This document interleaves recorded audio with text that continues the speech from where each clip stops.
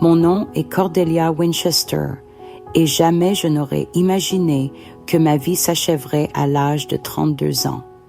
En travaillant comme infirmière en traumatologie à Seattle, j'ai souvent côtoyé la mort de près. Je me suis toujours considérée comme une personne pragmatique, croyant en la science et aux faits concrets. Je pensais que les expériences de mort imminente n'étaient que des illusions créées par un cerveau en détresse. Mais ce que j'ai vécu durant ces minutes suspendues entre la vie et la mort a bouleversé tout ce que je croyais savoir. C'était plus réel que tout ce que j'avais pu expérimenter auparavant. C'était un matin apparemment calme au Arbor View Medical Center et mon service avait débuté sans surprise. Le soleil brillait à travers les fenêtres de l'hôpital, projetant des motifs dorés sur le sol, tandis que je vérifiais l'état d'un adolescent avec un bras cassé. Tout semblait ordinaire, prévisible, jusqu'à ce que l'inattendu se produise. Une douleur écrasante envahit ma poitrine, comme si une pression immense m'écrasait. Je n'avais jamais ressenti une telle douleur. J'ai essayé de m'appuyer contre le mur, mais ma main ne l'a jamais atteint. La dernière chose que j'ai entendue fut le cri de mon patient appelant à l'aide, tandis que mon corps s'effondrait au sol. Plus tard, j'ai appris que j'avais souffert d'une embolie pulmonaire massive causée par un trouble de la coagulation inconnu. Pendant 5 minutes, mon cœur s'est arrêté et durant ces 5 minutes, j'ai vécu quelque chose qui a transformé à jamais ma vision de la vie et de la mort. L'obscurité qui m'avait envahi a rapidement laissé place à une sensation de légèreté. Je flottais, observant mon corps, allongé sur le sol de l'hôpital. La scène était à la fois surréaliste et troublante. Mes collègues, des personnes que je connaissais depuis des années, tentaient désespérément de me ramener à la vie. Le docteur Martinez effectuait des compressions thoraciques avec une concentration intense, tandis que Sarah, ma plus proche amie, préparait le défibrillateur les larmes aux yeux. Je voulais leur dire que tout allait bien, que la douleur avait disparu, mais c'était comme si ma voix ne pouvait les atteindre. Il y avait quelque chose d'étrange à ce moment-là, une paix absolue. Toutes les préoccupations, angoisses et le poids de la routine avaient disparu. Ce qui restait, c'était un sentiment de plénitude, comme si j'étais enfin à ma place. Soudain, j'ai senti que j'étais attirée ailleurs, comme emportée par un courant doux, mais irrésistible. Un tunnel de lumière est apparu, si accueillant qu'il ressemblait à une invitation à rentrer chez moi. La lumière n'éblouissait pas, elle réchauffait, apportant un réconfort indescriptible. Pendant que je traversais ce tunnel, quelque chose d'extraordinaire a commencé à se produire. Mes pensées devenaient plus claires, comme si les pièces d'un puzzle autrefois confus s'emboîtaient enfin. C'était une expansion de la conscience si profonde que tout prenait sens d'une manière que je n'avais jamais expérimentée auparavant. À la sortie du tunnel, je me suis retrouvée dans un endroit au-delà de toute description. Les couleurs avaient une profondeur impossible à concevoir dans le monde physique. L'air semblait vibrer d'une musique qui n'était pas entendue, mais ressentie. Et alors, je l'ai vu. Jésus se tenait devant moi, mais pas comme dans les images religieuses que nous connaissons. Il était à la fois grandiose et familier, irradiant un amour si pur, que j'ai senti que toute douleur et imperfection étaient arrachées de moi. Ses yeux, pleins de sagesse et de compassion, étaient comme des portails vers une compréhension infinie. Il m'a parlé, mais sans mots. Sa voix était une communication directe avec mon âme. « Cordelia », a-t-il dit, « il y a quelque chose que tu dois comprendre. » Et d'un simple geste, l'espace autour de nous a changé, révélant des vérités que je n'avais jamais imaginées. J'étais dans ce qu'il appelait le 3e ciel, un lieu sans limite, où les dimensions s'entrelacent d'une manière impossible à décrire. Ce moment a tout changé. C'était un aperçu de ce que nous sommes vraiment, au-delà des corps physiques. C'était comme si, pour la première fois, je comprenais ce que signifie exister. Cet endroit n'était pas la destination finale. Jésus m'a expliqué qu'il s'agissait d'un royaume intermédiaire, un espace où les âmes arrivent juste après avoir quitté le monde terrestre. Il l'a décrit comme une station de transition divine, un lieu de guérison, d'apprentissage et de préparation à quelque chose de bien plus grand.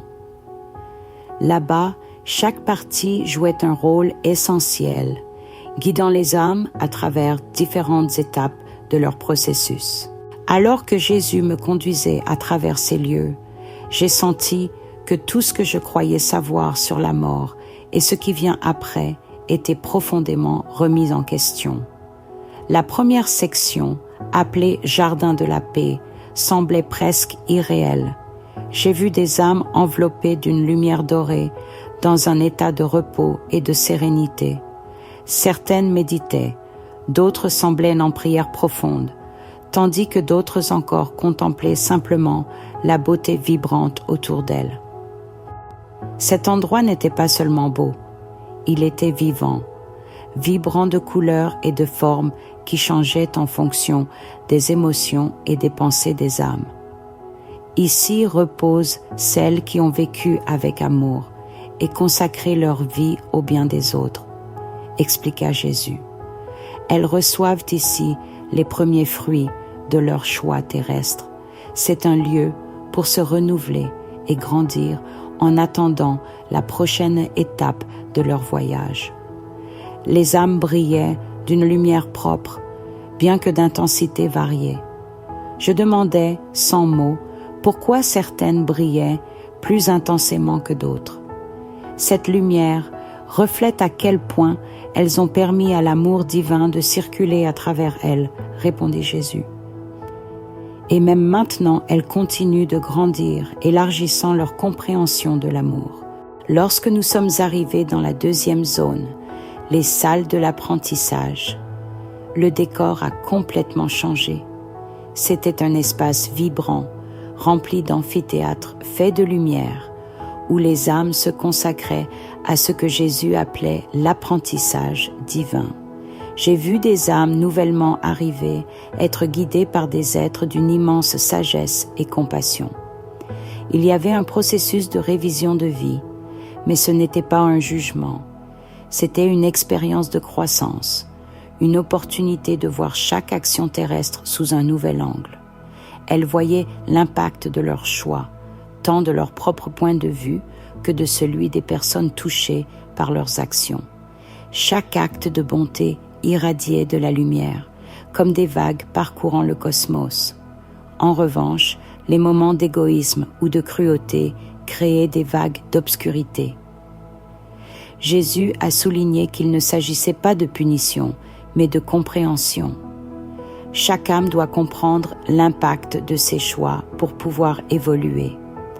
J'ai été profondément touchée en voyant une âme revivre un moment de générosité, un simple geste de donner de l'argent à une personne dans le besoin.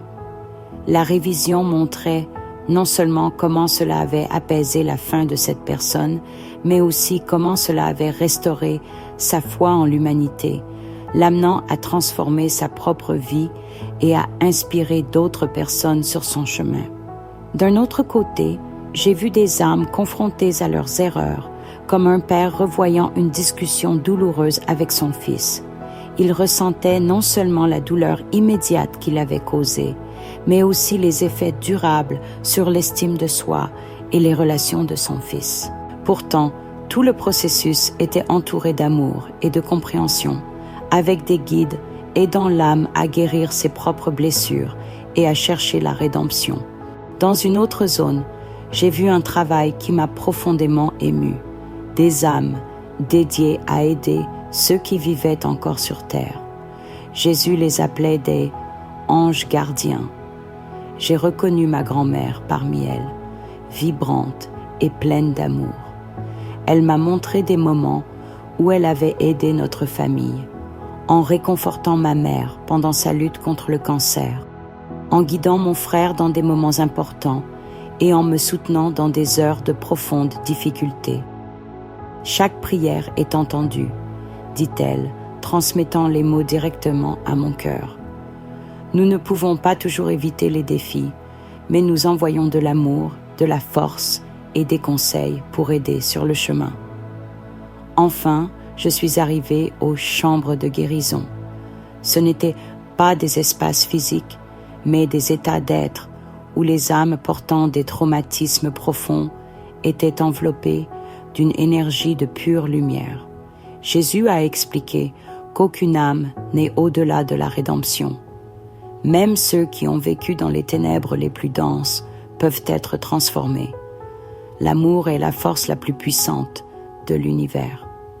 J'ai observé des âmes faisant face aux conséquences de leurs actions, ressentant l'impact de leurs choix, mais toujours soutenues par la compassion divine. C'était un processus intense, mais profondément restaurateur. Certaines devaient se reconnecter à l'amour divin, tandis que d'autres devaient comprendre et guérir leurs propres douleurs avant d'affronter les dommages qu'elles avaient causés aux autres. Tout ce royaume semblait vibrer d'un message clair. L'amour transforme, guérit et guide. Et là, sous la lumière de la compréhension divine, chaque âme retrouvait son chemin vers la plénitude. Jésus m'a révélé un monde où les âmes communiquent sans mots, utilisant des pensées et des sentiments aussi purs que cristallins. Dans ce royaume, j'ai été témoin de retrouvailles qui allaient bien au-delà des limitations terrestres, réunissant des âmes séparées par la mort. J'ai vu des liens se restaurer et même d'anciens ennemis trouver la réconciliation. Là-bas, la vérité était absolue et toute tentative de tromperie était impossible. Le temps ici n'existe pas comme tu le connais, expliqua Jésus. Ce qui peut sembler une éternité sur terre peut n'être qu'un instant ici. Chaque âme avance au rythme exact dont elle a besoin. Il m'a alors montré quelque chose qui défiait tout ce que je comprenais de la mort. Dans un endroit spécial, des âmes hautement évoluées étaient impliquées dans la création de nouvelles réalités.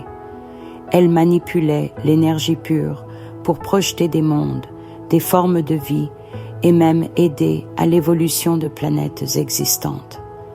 La Terre, dit Jésus, n'est qu'une petite école dans un vaste univers d'apprentissage. Il existe des dimensions infinies où les âmes grandissent et évoluent. L'univers physique que tu connais n'est que le début. Cependant, ce que j'ai vu ensuite m'a brisé le cœur. Dans une région froide et isolée, certaines âmes choisissaient de rester dans les ténèbres. Contrairement aux autres lieux, celui-ci était un espace de souffrance et d'isolement. Jésus m'a dit, « Ces âmes n'ont pas encore accepté l'amour et la guérison, mais regarde bien. » En observant de plus près, j'ai vu des êtres de lumière offrir un amour inconditionnel, sans jamais abandonner. C'est cela l'amour divin, expliqua-t-il. Il ne condamne pas, ne force pas, mais ne renonce jamais. Toute âme, aussi perdue soit-elle, retrouvera le chemin de l'amour. Ce n'est qu'une question de temps.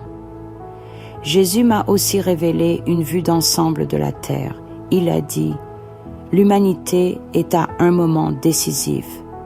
Les choix faits maintenant détermineront beaucoup de choses sur l'avenir, mais rappelle-toi, le libre arbitre est absolu, rien n'est prédestiné. » Puis, il m'a montré des futurs potentiels, certains incroyablement beaux, d'autres terriblement sombres.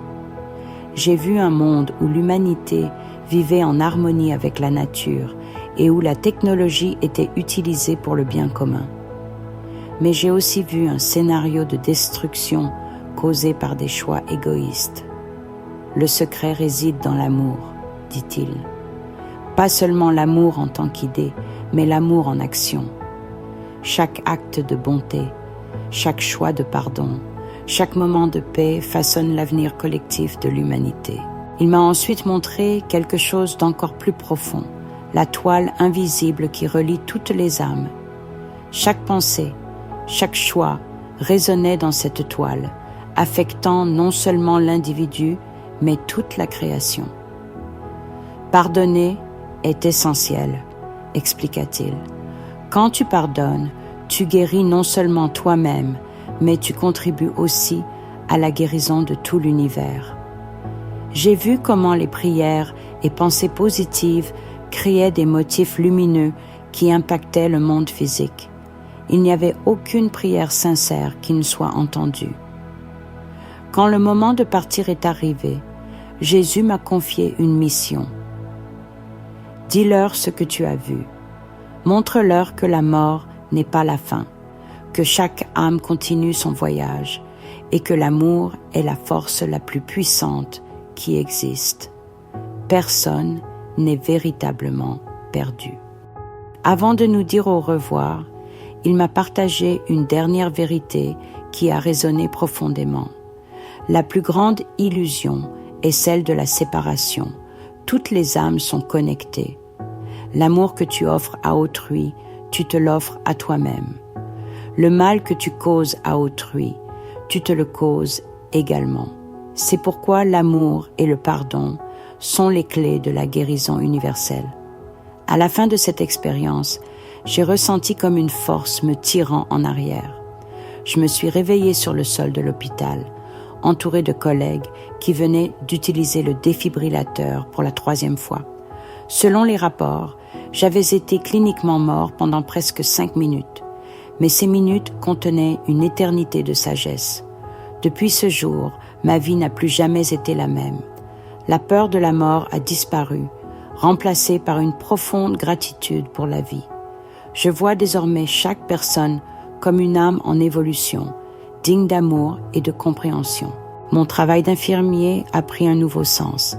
Quand je vois un patient, je ne vois pas seulement un corps, mais l'âme qui y réside, rayonnante, même au milieu des épreuves.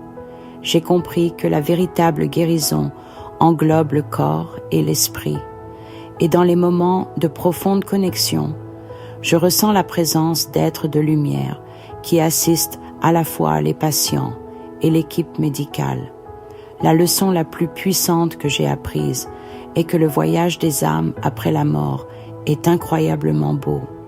Elles ne se reposent pas seulement, elles grandissent, apprennent et contribuent à la grande œuvre de la création.